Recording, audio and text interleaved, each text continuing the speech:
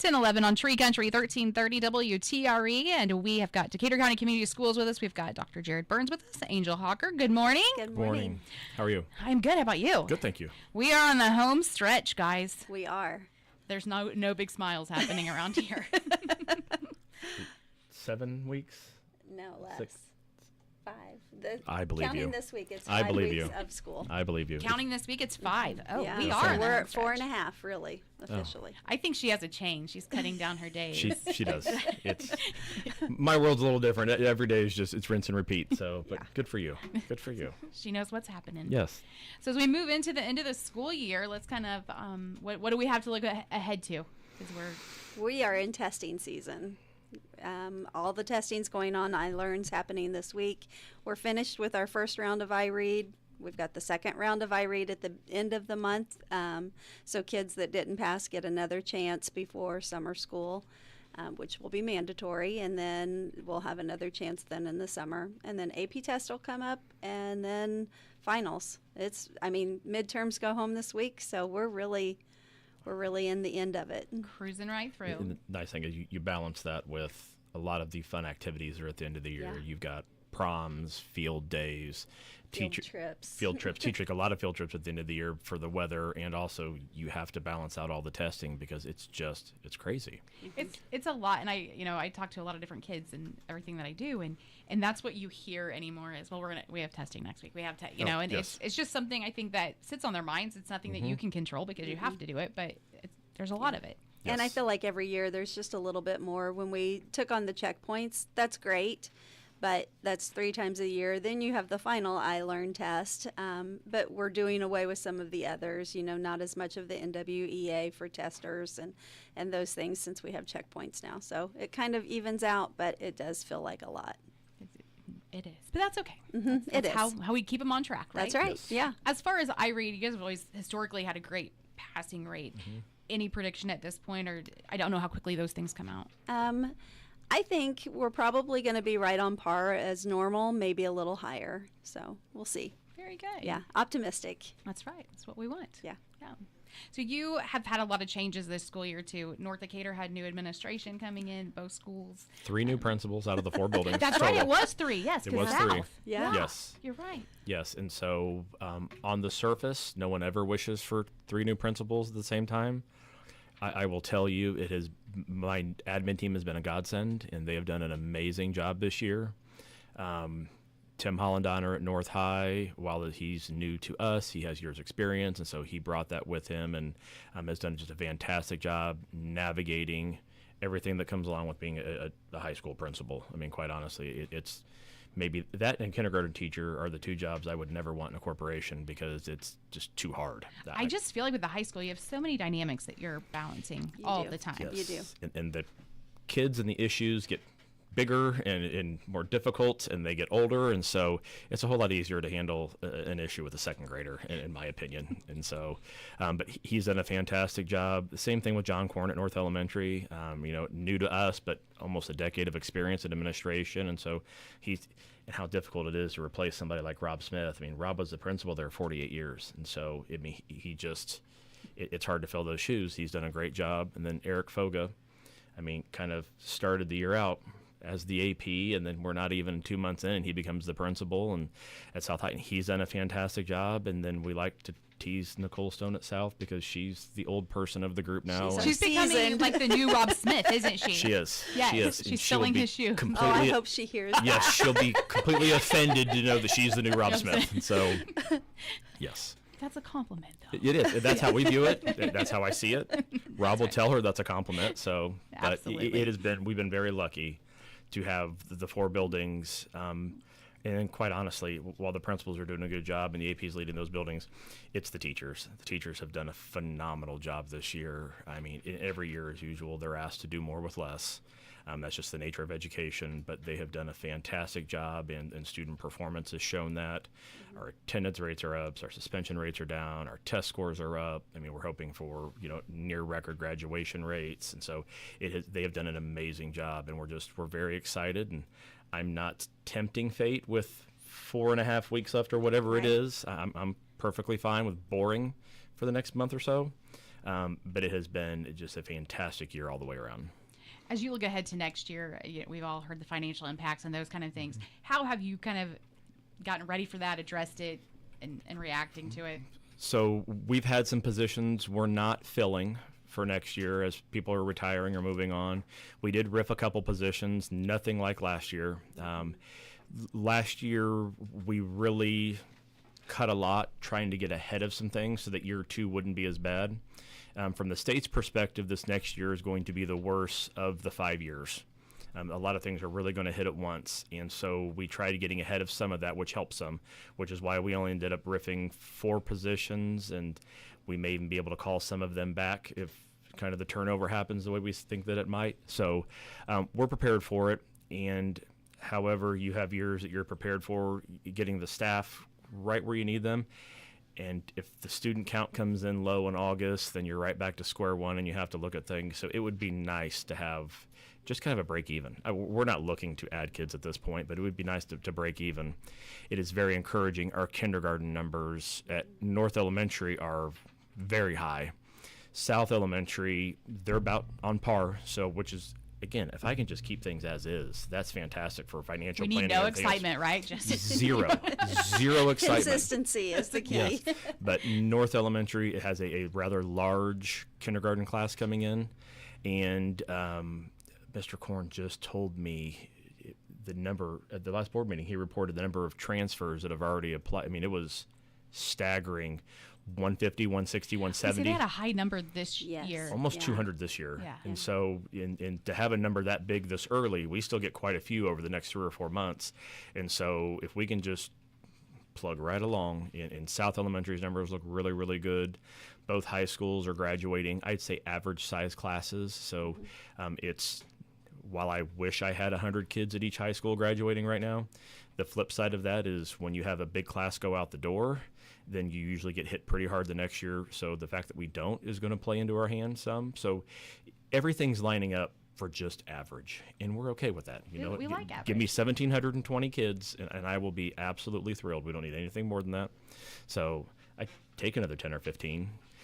What you want to balance it with is we joke all the time, I'd love to have another 100 kids show up, but another 100 kids, depending upon what grade levels are in, that's a big deal. I was like, where are you going to put them too? Right. Exactly. Like, there comes a point you're busting and up if you the have seam. to hire 2 or 3 teachers to counteract that, then you really don't come ahead net positive. And so 20 kids is about the sweet spot. You give me 20, 25 kids over, divided amongst 12 grades, divided amongst 2 sides of the county, that's maybe a kid per class. I mean, really negligible.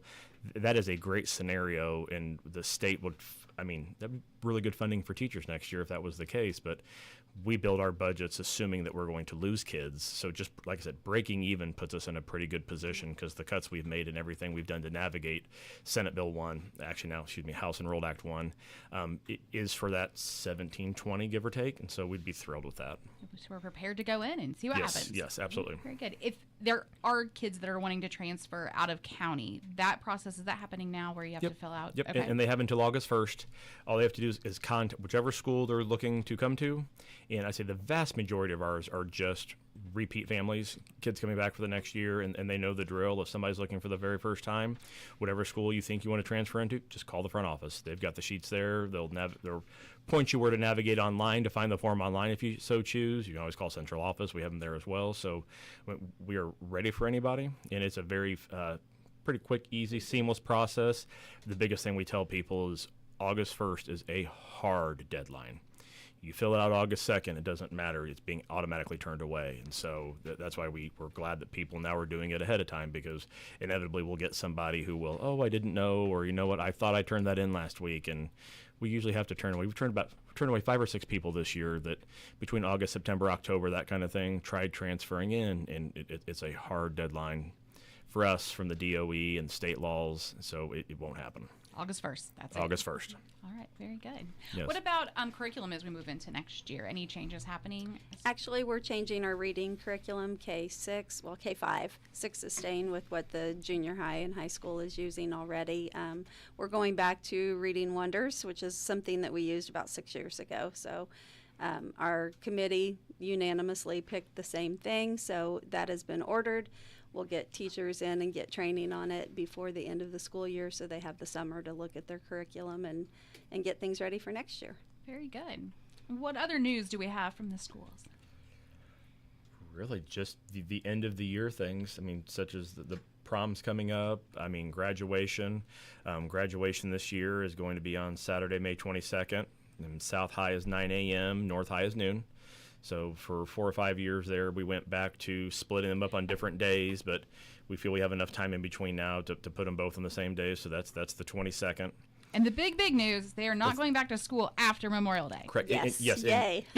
Correct. And excuse me, the graduation is the 30th. The 30th, 22nd is the last student day. Yes, So last student day, okay. that is the biggie, that we don't have to come back that following Tuesday. Can you kind of explain that process to people? Because originally they were going to go back that Tuesday after Memorial Day. Yes, Tuesday after Memorial Day, because we had to hit 180 days. And what had happened is that crazy snow week we had in January, I guess it hit a level that was so severe throughout the entire state that the Department of Ed was basically granting people extra days.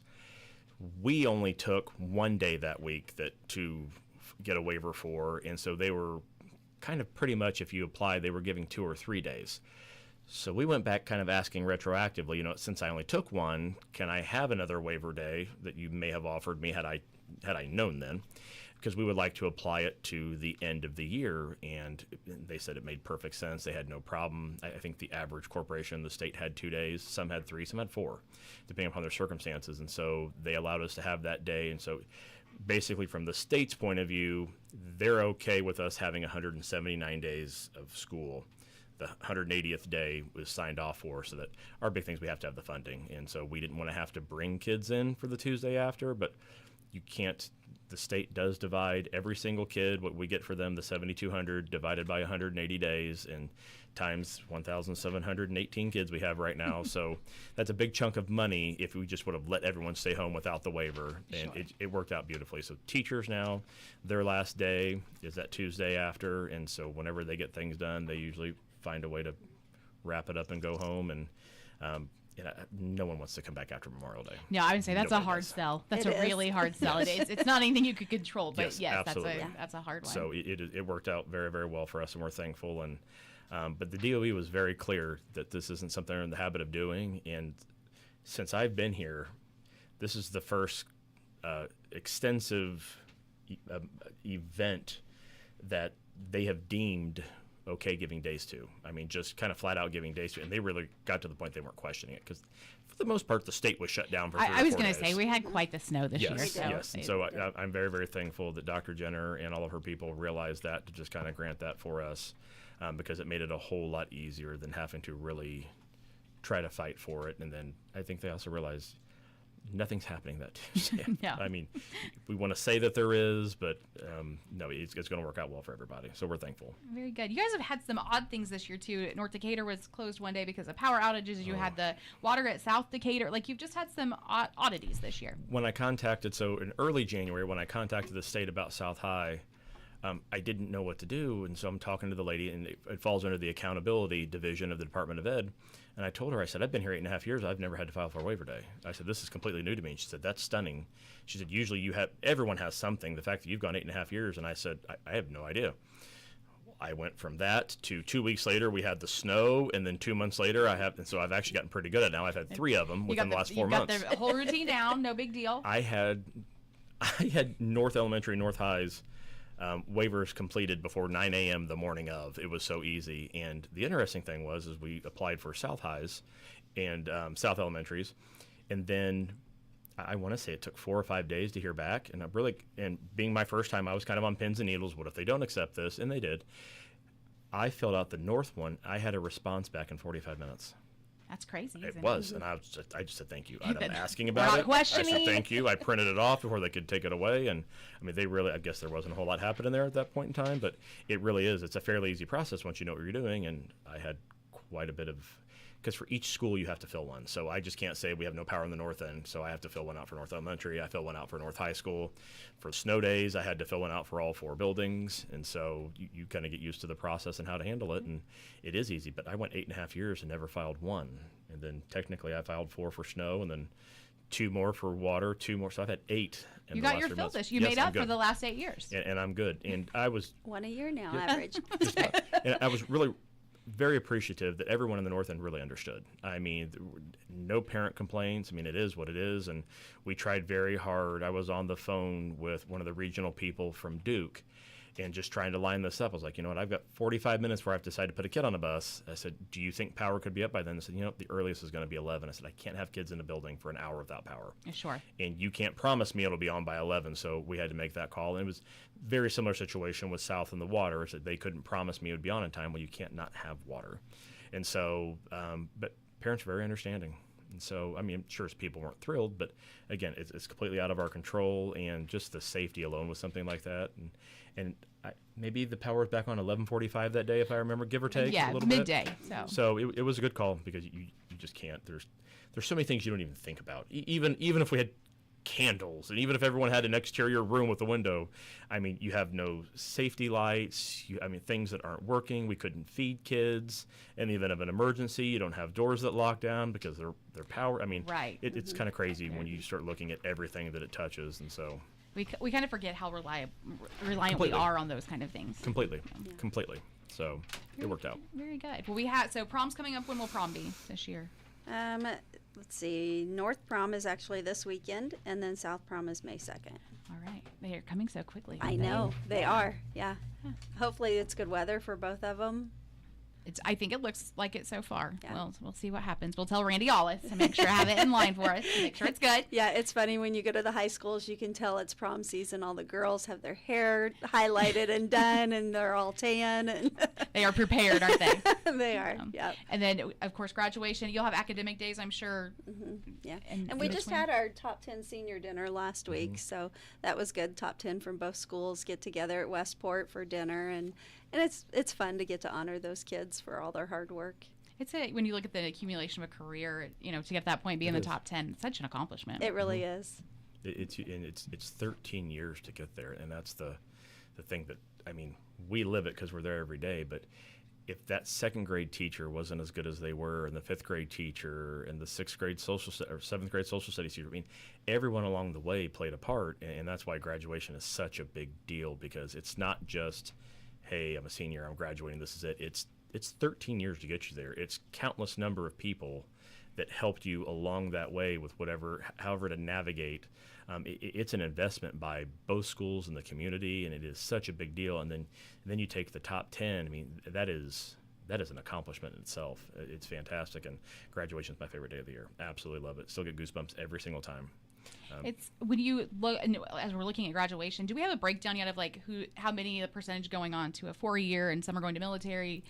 Are we to that point yet in the school year? Probably not firm yet, but getting there. Yeah. Getting there, because we will announce it at both during the graduation ceremony. They will announce it, so it's kind of neat when they do so. I would say I find it fascinating, because you see so many pathways that kids are going, and it starts now in 7th grade that they kind of start on that. Yeah. That They journey. have to have their grad pathway plan already set in 7th grade starting this year. So our 7th graders right now are getting that done, and parents signing off on what pathway they want to choose and what their plan is. And we start them young now. It's and to the opportunities, and you guys have different offerings at each school. And will that stay the same next year as far as where classes are at, and if kids have to go back and forth? Yep. Pretty much, yeah. Yep, for the most part. Mm-hmm. Yeah.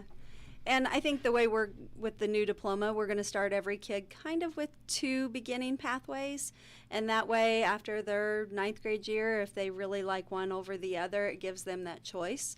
And then they can proceed with the one that they really like, but then they're not starting all over, because the way it's set up, the curriculum and the years that you have to take certain things, it's really hard when somebody gets to their junior year and they want to switch pathways, because you can't really meet all of the standards that way. And so sometimes they have to finish what they start, and it's one of those hard life lessons. Tough it out, right? And, you really equate that to a college experience, because the same Completely. thing. Fortunately, in college, you can just continue to pay and keep go going. extra, right? But it's the same kind of thought process now for high school. It is. It really is. Yeah. And our goal is just to provide as many options. I mean, all we want to do is provide options. We want kids, whatever they're interested in, to try to find a way to help them, whatever it looks like. I mean, whether it's in the community, do anything work-based learning, if it's an academic path of some sort, we just want to provide options. And so for 1A schools, I put us up against anybody in the state of Indiana. Academically and athletically, what we offer, I mean, we are second to none. Very proud of that.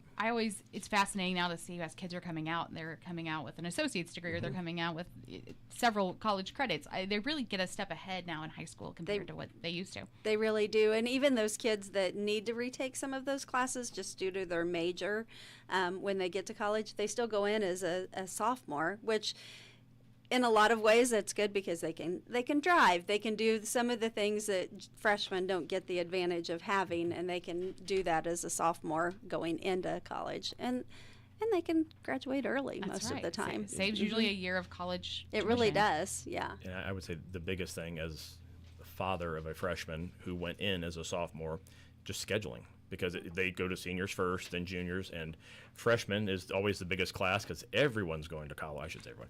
A lot of people go and to try it out, and I mean, you have to hop in line with all those, so you get to skip the line, and that was the biggest eye-opening thing is just the number of classes, and when you want to take them, you have options. And so that works out very, very well for... A lot of perks come along with those Yes. college courses in high school. Absolutely. Yeah. Yes. Well, it's been a fabulous school year, I know, and you've made the comment. We're going to finish we're just going to roll on out the school year. Yeah. Uneventful. Yes. In May, we're going to have principals all back in. Yep. Is that right? Yep. We will be joining them, kind of a big end of the year kind of synopsis. Hopefully nothing new to I mean, I hope it's the most boring show you've ever had a month from now. That It won't be. It won't be They boring. are It so never much is. fun. No, I was going to say, put the four of them together, and they're always, it's a good time. They are We fun. started the year that way. That's right. And it was a wild ride. They're so. fun. Good group. Very good. Well, if people have questions, transfer, registration, those kind of things, just call the respective schools. Yep. Is that the Absolutely. best process? Yep, and they're ready for it. They've done a million of them, so please, piece of cake. All right. Very good. Guys, thanks so much for being on with us this morning. Thank you. Have a good great day. It's 10:30 here on Tree Country, 1330.